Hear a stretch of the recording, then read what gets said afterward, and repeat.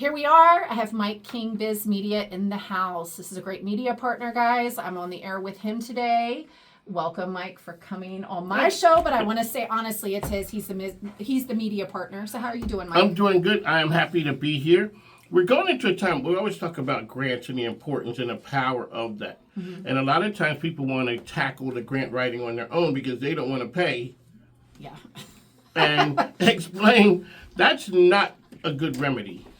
It's not. I mean, but nonprofits do it all the time. They like to do it in the house, and they like to put it on top of an employee that's already honestly overworked with so many other different things in housekeeping that they need to do. That's a lot. It's too much. I used to do that, so I understand. So you understand that part. Now you're on the media side explaining using the power of the media to be able to help organizations. Yes, I actually talked to somebody earlier this morning. They thought, while you don't do the YouTube channel, you have your media here being on this media brand with you the last couple years, coming in different angles with it. It's been really cool because it's actually it's become a useful tool to nonprofit organizations out there from all different areas. I mean, and then YouTube's kind of helped because I'm able to take what we're doing here and put it on my channel, and people see what's going on and what's happening, and then they get to see the brand here, and then they get to see different events that I've attended, some because of you, and others are just events I go to for clients. So I don't think that people, whether it's nonprofits or for-profit business, understand the power. You just talked a little bit about you can't use that as a lifesaver. You can't just put all your eggs in that basket. Mm-hmm. And then you really can't do it putting it on top of someone who's not a professional. Yes. Grants, while you have volunteers, and I'm on a board of directors, and we're all volunteers, but I am an experienced grant and fundraising, and they're two different things, but I do both because I'm really good at connecting with people. So it's been a great lifesaver, and it's been a great power. It's become a power drive within our organization, from the numbers we used to serve to the numbers we are now to the money we're generating, and we're all volunteers. So to see that and then know and be able to share that with potential clients and current clients it's a great view for them, because people do things for free. I mean, some people have a passion. I mean, I was just talking to somebody earlier. They want to get involved with the charity, but somebody told them that they need to go with one that's in their heart. Yes, you need to be really passionate about the one that you pick. You have one. I mean, the Down syndrome, you are very involved with that nonprofit. Yes. And you're like the community rock star with them. They love you.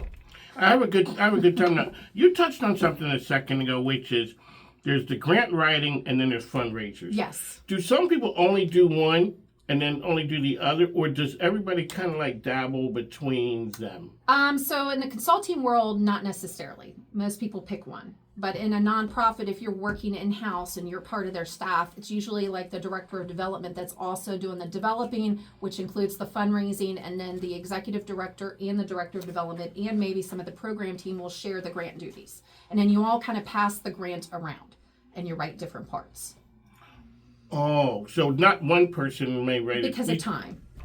It saves. But doesn't it look disjointed? Do you have the same message? Overall, you do a proof at the end, but sometimes with the way nonprofits are ran, sake of time, if you have a small team, not everybody has a lot of employees. I mean, most of the ones I represent are small nonprofits that need help. They don't want somebody to come in and take their money. I've seen some that have been scammed. I have some that are mid-sized and higher. And honestly, I feel sometimes it's a little overwhelming because they have like 68 or 200 employees, and I'm like, wow, do you really need me? But they do, because they're working on a campaign. Maybe it's a multi-million-dollar building campaign. Maybe it's something else. They need my help because I'm good at catching that eye of the other opportunities that they don't have. So it's not always about the numbers when it comes to the numbers of that grant. It's also about the connecting of how many opportunities you can find, because that more of that Rolodex of your grants that you're getting, the better, because that brings in bigger opportunities. Is it true that people wait until the last second for grants? Sometimes, I mean, like anything. Explain the error of people's ways with that. So, I mean, you've had guests on here before, and I've listened to folks, I hear it all the time, well, we need to get this done, and you'll have a board meeting or you'll have a meeting with the staff, and they'll say to you, yeah, we're going to get this done. And then 6 months later, you realize, oh, that's the deadline. Why didn't anybody do it? Well, they'll say, well, I thought he or she was going to do it. And I'm like, no, it just fell. That's why it fell in their lap. You just don't do that. You have to make a approach that's going to give everybody in the know. You can't just have this gray space and say, okay, we're going to wait to do this. If you're really intentional, you need to connect with the folks that are having these funding opportunities, and you don't have to go have lunch with them. You just need to connect with them. See if you really are eligible, because sometimes you might waste your time finding out you're not eligible, if that makes sense. That does make sense. There are a number of people who do what you do. Oh, there's a lot. But they don't do it like you do it.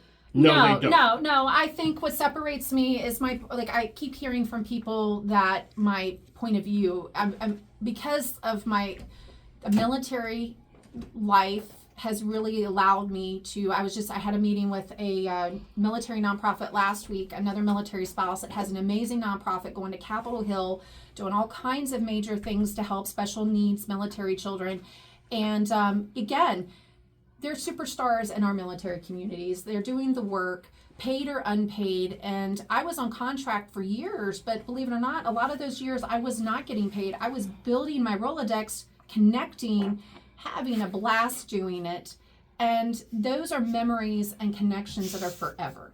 And that's what makes me who I am. And I'm good with that. The experience I got from JAG lawyers, I worked with colonels, I worked with generals. It's amazing. So anyways, sorry, my son is in the house, and he obviously thinks I'm funny today, so that's okay. I'm fine with that. Pete. Okay, yes. So here, let's talk about the evolution of business. So I've known you a couple of years. Yes. There's been an evolution, and you know, and you've heard me, I talk to people all the time about how to do things. Yes. You, hands down, are the best that's out there. You have taken this model and made it into your own thing. Well, it's still your thing. It is my thing, but I'm providing a voice for people, because I don't think that they know the opportunity is out there. And to be honest, if our paths went across the way that they did, and I wouldn't have been so diligent to come back and circle back, I don't know if we would have, because I'm good at coming back to things always. I'll always circle back. And you were in my circles, but I felt like I needed to recircle back when I was representing a client. I'm like, oh, I want to meet this person more. I want to connect more. And that was kind of our history of, wow, we went from one thing to another, and an opportunity you gave on here, not realizing I was representing other clients, and not realizing I was part of the Fort Gregg community, at that time Fort Lee, and the rest is kind of history. So when you look at that, explain to people about persistence, making dreams come true. That's a good one, Mike. I got one per show.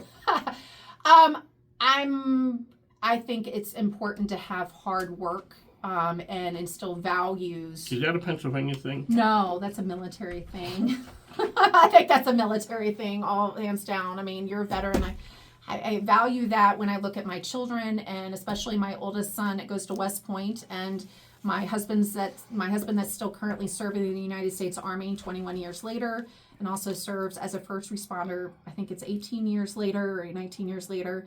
And as someone that wanted a career in the military, and unfortunately, it's just the way it is sometimes, I have a very unique perspective, because, life sometimes hands you one thing, and then you don't realize the gift that's laying right in front of you, and it brings an opportunity.